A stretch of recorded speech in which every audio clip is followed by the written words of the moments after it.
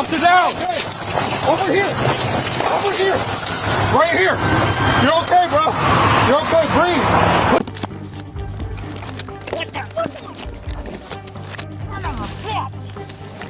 Show me your hands! Show me your hands! Hey! Get on the ground! Get on the ground! Hey! Let him go! Back up! Get on the ground! Get on the ground! We're walking.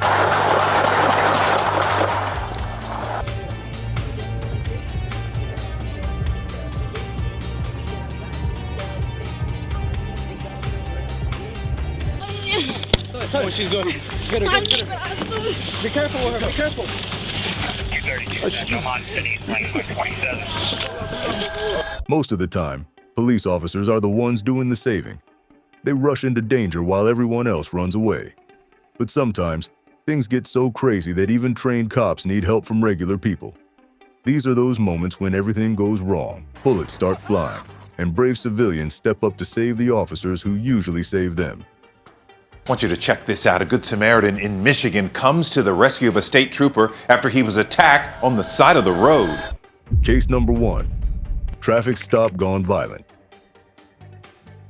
Officer Wright thought she was making a routine traffic stop on September 10th, 2022. A guy named David Kubik was doing 57 miles per hour in a 35 miles per hour zone, which isn't the crime of the century. But this 64-year-old man wasn't having any of it. As soon as Wright tried to talk to him, things went sideways fast. Why are you getting out of the car, sir? I don't get my driver's license. 12 radio, this male just stepped out of the vehicle. Kubik got out of his car and started getting aggressive. When Wright told him to sit down, he refused and started getting physical with her. She warned him she'd tase him if he didn't comply, but he kept fighting. Pretty soon, this older guy was overpowering the female officer, and she was in real trouble. Step over here now. Have a seat on the ground. Have a seat. I'm not sitting. I'm not sitting! Back up! Back up! I'm not sitting, motherfucker! We're getting physical. The whole thing escalated incredibly quickly. What started as a simple speeding ticket turned into a violent assault on a police officer. Kubik was completely out of control, and Wright was fighting for her safety. She was calling for backup on her radio, but help wasn't there yet, and she needed it right then. Put your hands behind your back. I'm not... I will tase you, sir. Touch the vehicle. Put your hands on the fucking vehicle now!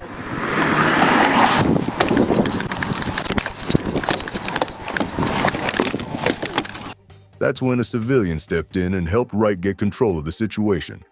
The guy basically tackled Kubik and helped pin him down so Wright could get her handcuffs on him. Without that help, who knows how bad things could have gotten. A 64-year-old might not sound scary, but when someone's that angry and determined, they can be dangerous. What the fuck? Son of a bitch! Radio, semi units. Roll over on your stomach, now! The civilian who helped didn't just jump in randomly.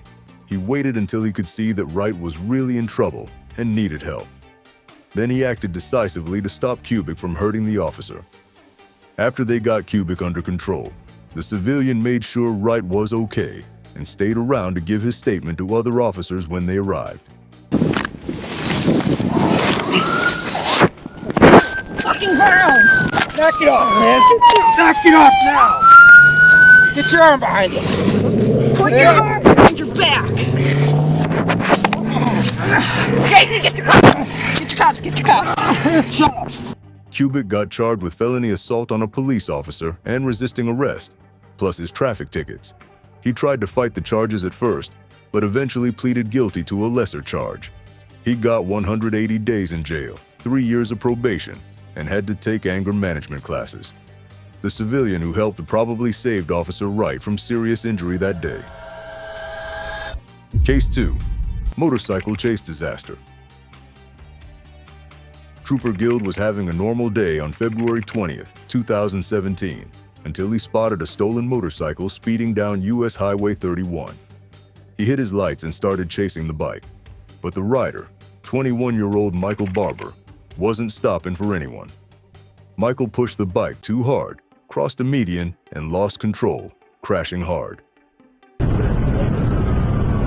Edward George, 910. Edward George, 910.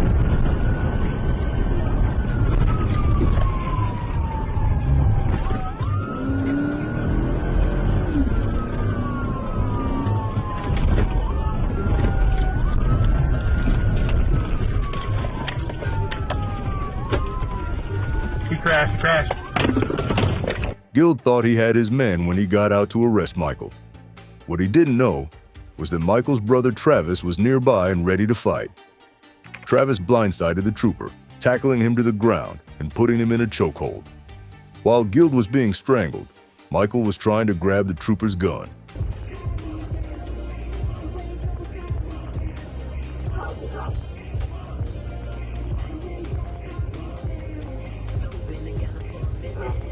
This was every cop's worst nightmare, being attacked by multiple suspects and having someone try to take your weapon. Guild was losing consciousness fast from the chokehold, while Michael was digging around trying to get his service pistol. If Michael had gotten that gun, Guild would have been killed for sure.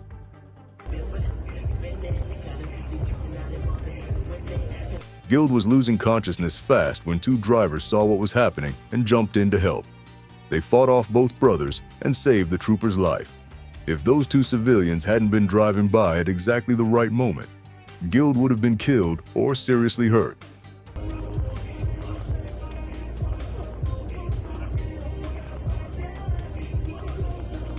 Looks like you're right on now, Buchanan Road.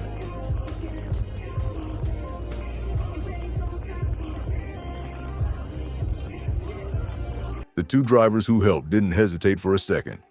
They saw a police officer being attacked and immediately got involved. They fought with both suspects until backup arrived and could take over. These weren't trained fighters or security guards, just regular people who saw someone in trouble and acted.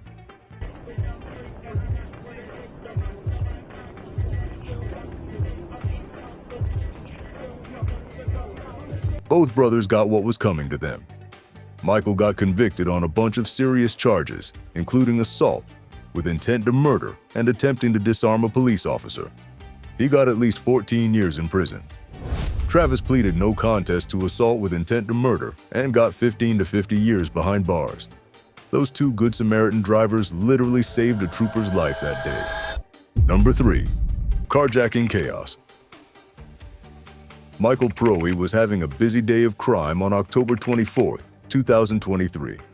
He'd already broken into an elderly woman's house, stolen her stuff, and taken her car when Sergeant Beauty spotted him. Instead of pulling over, Michael hit the gas and led police on a wild chase through town. He's eastbound on 7th Street. I got him in visual. He turned northbound by the thrift store. The chase was dangerous from the start, with Michael driving recklessly through busy streets. He was desperate to get away and didn't care who got hurt in the process. Cars were swerving to avoid him, and people were diving for cover as he raced through intersections. The chase ended when Michael crashed into multiple vehicles and ran into a Starbucks drive-thru where he tried to carjack someone. He was fighting with an innocent driver, trying to steal their car while officers were closing in. The situation was chaotic with civilians everywhere and a desperate criminal who wasn't giving up. White male, brown shirt. He's in the Jimmy John's parking lot. He's now at Starbucks. Two different civilians stepped up to help catch Michael. One slowed him down while the second one tackled him and held him until the officers could get there. Without their help, Michael might have successfully carjacked that vehicle and escaped, putting even more people in danger. There, he's taking that car. He's taking the car.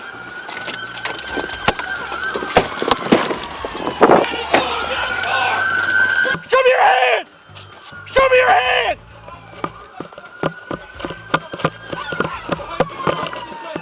Hey! Get on the ground! Get on the ground! Hey, let him go! Let him go! Let him go! Back up! Back up! Get on the ground! Get on the ground! Now! Guys! The civilians who helped didn't know if Michael had a gun or what he might do to them. They just saw someone trying to hurt an innocent person and decided to act. One civilian distracted Michael while the other got behind him and took him down. They held him on the ground until the officers arrived to make the arrest. On the ground, now! Guys, get on the ground! Hands behind your back! Hands! Hands! Hands! Put your hand behind your back right now! Stop! Michael got charged with crimes in 2 different counties: home invasion, theft, and battery on an elderly person in one county, plus resisting arrest, battery on police, attempted carjacking, and a bunch of hit-and-run charges in the other county. He's sitting in jail without bond now, thanks to those civilians who weren't afraid to get involved when it mattered. Case number 4, Highway Shootout Rescue. John Lay was just trying to get to work on November 11, 2023, when his whole day changed. He was driving on US Highway 59 in Houston when police cars came flying past him. Up ahead, a white car had crashed after a chase, and cops were surrounding it. The guy inside had been carjacking people and wasn't planning to give up easily.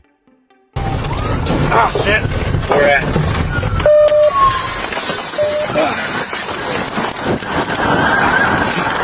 Get the fuck out! Do not move! Do not fucking move! Lai pulled out his phone to record what was happening so he could show his boss why he'd be late.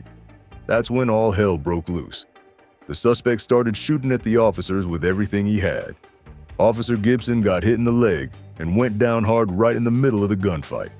Without thinking twice, Lai jumped out of his car and ran straight into the crossfire. Bullets were flying everywhere, but he didn't care. He grabbed the wounded officer and dragged him behind a car where he'd be safe from the shooting. Lai stayed with Gibson, trying to help him deal with the pain until the paramedics could get there. Dallas, this way, bro, this way. Come on. Ah! Ah!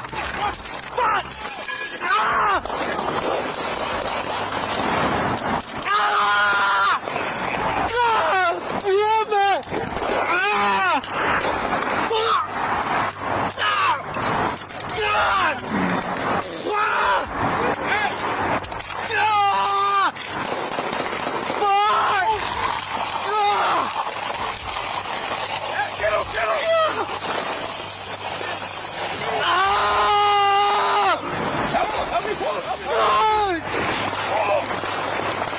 The crazy part is that Lai wasn't exactly a fan of cops. He'd been in trouble with the law plenty of times before and had spent time in jail. But when he saw that officer go down, none of that mattered. He just saw another human being who needed help, and he stepped up when it counted most. Help me pull! Help me pull! Help me pull! Come on, you're okay, bro. Officer down! Hey, over here. Right here. You're okay, bro. You're okay, breathe. Put your gun down. Put your gun down. Even while Lai was helping the wounded officer, the situation was still dangerous. The suspect was still moving around and reaching for his gun despite being badly hurt. Other officers had to keep fighting while Lai worked to save Gibson's life. The whole thing was chaos with bullets flying and people yelling. But Lai never left that officer's side. Hey, I'm still here with you, buddy. You hear me? Yeah. What's your name? John. My name's John, too. The suspect ended up dying from his injuries, but Officer Gibson survived because of what Lai did. Gibson was rushed to the hospital with a non-life-threatening bullet wound to his leg. Police Chief Troy Finner was so impressed that he talked about it at a press conference, saying that reformed people like Lai are exactly who they need in the community. There's one citizen out there who has had some trouble with law enforcement in his life. But today, he and a few other citizens, along with our officers, when that officer went down, they pulled him to safety. And I want to celebrate. What makes this story even more amazing is that Lai said he had been shot himself before. So when he saw Gibson go down, he immediately understood what the officer was going through. That connection between two people who had both felt that kind of pain probably saved Gibson's life that day. Number 5. Neighborhood War Zone.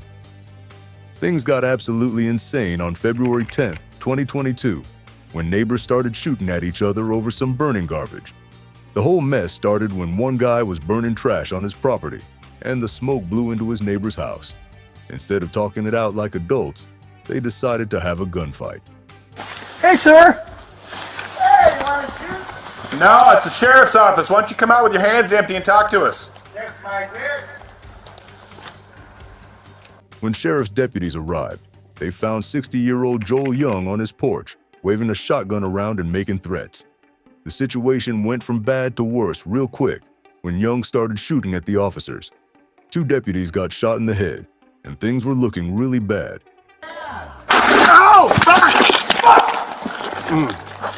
Shots fired, shots fired. You okay? Ow! Fuck! Cindy, shots fired! I'm hit! Young was completely out of his mind, yelling threats and promising to blow people's heads off. He refused to drop his weapon and kept shooting from his house. The deputies were trying to take cover and call for backup while getting shot at with a shotgun. It was like a war zone in what should have been a quiet neighborhood. That's when an armed civilian joined the fight and started shooting back at Young. While this civilian and other officers provided cover fire, the wounded deputies were loaded into a patrol car and rushed to the hospital. Both officers were hit in the face and head with shotgun pellets, and one lost sight in his left eye for several weeks. Yeah, I'm covering you. You hold for it. Hey, what's your name up there at the garage? Is this Cody? Okay, just keep doing what you're doing, okay? Get in, Boone, get in. Back seat, get in. The armed civilian kept Young pinned down in his house so other officers could get the wounded deputies to safety. Without that extra firepower, Young might have kept shooting and killed both officers. The civilian basically became part of the police response team, providing cover fire during one of the most dangerous situations you can imagine. On your face! Get on your face! Get on your face! Get on your face! Hands out! Hands out! I got the house. Hands out to your side, all the way! The standoff lasted almost an hour and a half before the SWAT team could convince Young to surrender. The 2 injured officers survived, but took a whole year to recover. They still had pellets stuck in their faces and bodies when they went back to work. Young got hit with 11 different charges and is being held on $5 million bond. That armed civilian probably saved those officers' lives. Case 6. Burning car emergency.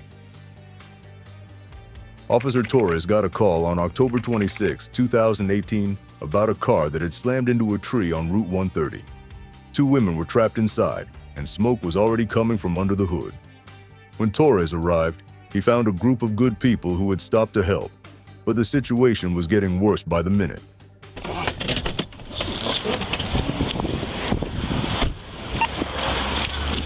"13 Central, put me out with a signal 4. 130 and Finnegan. I got it, buddy. I got it. The passenger managed to climb over the driver and get out, but the driver was stuck behind a deployed airbag and seemed too confused to move. The fire was spreading fast, and everyone knew they were running out of time. Torres and the civilians worked together, pulling and pushing to get that door open. Be careful with her, be careful. 232 Central on City, lane by 27. 213, Route 130 in Finnegan. Try to pull up.